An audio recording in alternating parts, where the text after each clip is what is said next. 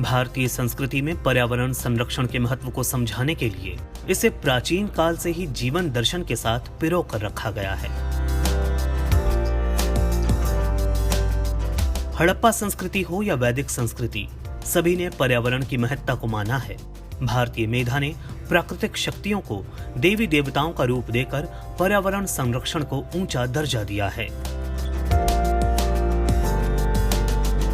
हालांकि पर्यावरण संरक्षण अधिनियम 1986 के आने से पहले ही संसद ने पर्यावरण संरक्षण के प्रति अपनी जिम्मेदारी को समझा है और समय समय पर कई ऐसे कानून बनाए जो आगे चलकर मील का पत्थर बने, जैसे भारतीय वन अधिनियम 1927, वन्य जीव संरक्षण अधिनियम 1972, जल प्रदूषण की रोकथाम और नियंत्रण अधिनियम 1974, वन संरक्षण अधिनियम 1980, वायु प्रदूषण की रोकथाम और नियंत्रण अधिनियम 1981।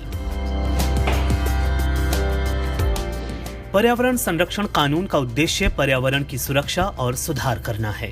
ये कानून केंद्र सरकार को पर्यावरण प्रदूषण को रोकने और देश भर की पर्यावरणीय समस्याओं से निपटने के लिए कानून बनाने का अधिकार देता है। ये कानून पर्यावरण संरक्षण और सुधार के लिए सबसे अहम कानूनों में से एक है। संविधान के अनुच्छेद 253 के तहत इस कानून का निर्माण हुआ। पर्यावरण संरक्षण अधिनियम संसद द्वारा 23 मई 1986 को पारित किया गया और 19 नवंबर 1986 को इसे लागू किया गया। पर्यावरण संरक्षण कानून की धारा 6 के अंतर्गत ये प्रावधान किया गया कि सरकार ध्वनि, वायु और जल प्रदूषकों की अधिकता को रोकने के लिए नए नियम बना सकती है। इसी प्रावधान का प्रयोग करते हुए ध्वनि प्रदूषण विनियमन एवं नियंत्रण नियम 2000 को बनाया गया। भारत विश्व के उन चुनिंदा देशों में से एक है जिसके संविधान में पर्यावरण को विशेष स्थान दिया गया है।